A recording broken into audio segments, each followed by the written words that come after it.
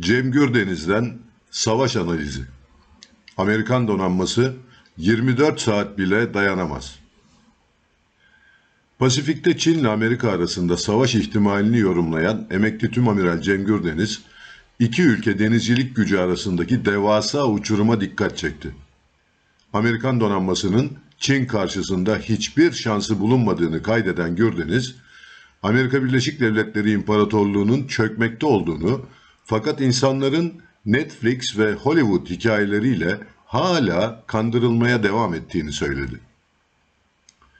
Emekli tümamiral Cem Gürdeniz, denizcilik gücü bakımından Çin'le Amerika Birleşik Devletleri arasında devasa bir uçurum oluştuğunu, iki ülkenin savaşa girmesi halinde Pentagon'un su üstünde hiçbir şansı bulunmadığını söyledi. Gürdeniz, Amerikan donanmasının Pasifik'e ikmal sağlayacak ticari gemi filosundan bile yoksun durumda olduğuna dikkat çekti. Çin Donanma Günü vesilesiyle CGTN yayınına verdiği demeçte emekli tümamiral, Amerika Birleşik Devletleri'nin Soğuk Savaş biterken 11 büyük tersaneye sahip olduğuna, sonrasında bunların çoğunun kapısına kilit vurulduğuna ve gemi sayısını da hızla azalttığına işaret etti. Bu esnada Çin'in Ukrayna gemisi Varyag'ı Türkiye'nin müsaadesiyle satın alıp uçak gemisine dönüştürerek donanma yarışına katıldığına dikkat çeken Gürdeniz, özetle şunları söyledi. Bir ülkenin uçak gemileri ve nükleer denizaltıları var ise bu ülke küresel hegemonya mücadelesinde ben varım diyebilir. Amerika Birleşik Devletleri'nin Soğuk Savaş bitmeden önce sadece donanmaya hizmet eden 11 tane tersanesi vardı. Soğuk Savaş bitince bunların hepsini kapattılar. Biz bu işi bitirdik. Tarihin sonu geldi dediler. Protestan liberal kapitalist sistem ve Anglo-Saksonlar olarak kaderi biz çizeriz, her yere gireriz, her şeyi yaparız dediler. Sonra barışın kârı kavramıyla bu tersaneleri kapattılar. 600 gemiden 240'lara kadar geriledi. Sonraki dönemde 600 savaş gemisinden bir anda küçüle küçüle muharip gemi bakımından yaklaşık 240'lara geriledi. Guam Adası'na lojistik sağlayacak gemi bulamıyorlar. Çünkü Amerikan bayraklı ticaret gemilerinin sayısı sadece 80. Evet, şaka değil. Danimarkalı meşhur Maersk firmasının 400 tane konteyner gemisi var. Sadece bir firmanın. Çin'in uluslararası deniz ticaretine kayıtlı gemi sayısını söylüyorum. 5500.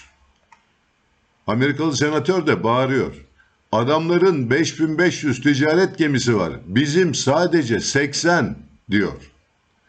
Bu arada Çin'in kendi suları içerisinde deniz ulaştırması, iç sular ve nehirlerde uluslararası ticaret hariç kullanabileceği gemi sayısı 176 bin.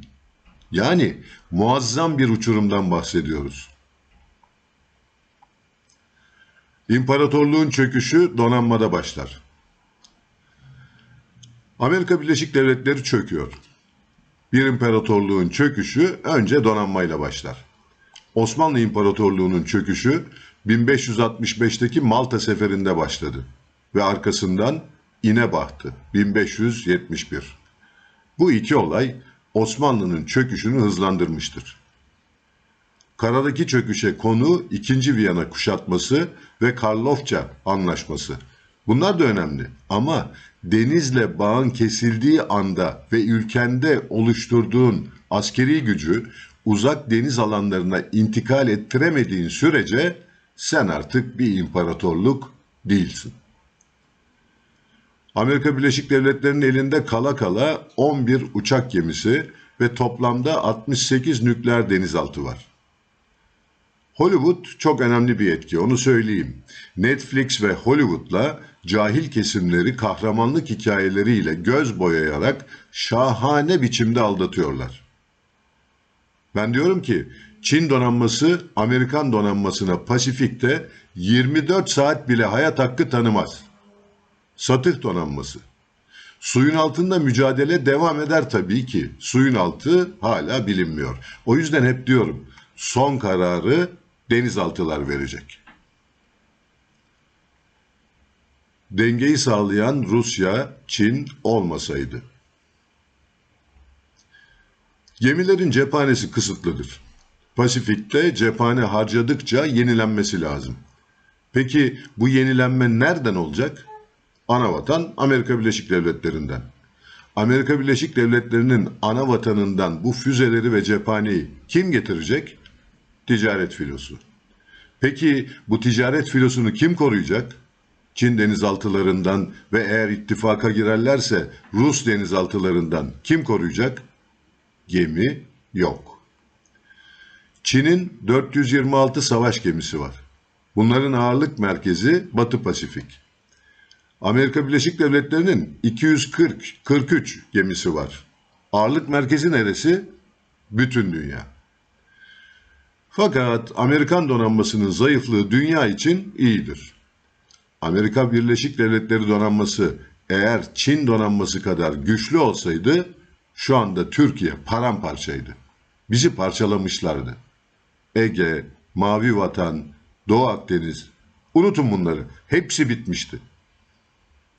O yüzden Çin güçlenmesin, Rusya ile birlikte paramparça olsun diyen mandacılara şunu hatırlatmak lazım. Bugün karşı dengeyi sağlayan iki güç Çin ile Rusya'dır. Eğer bir deniz gücü olarak Anglo-Saksonların önündeki engelleri kaldırırsanız, Türkiye gibi geçmişte imparatorluk kurmuş bir ülkeyi Sevr'den beter yaparlar. Bunu anlatabilmek zor tabii. Cem Gürdeniz.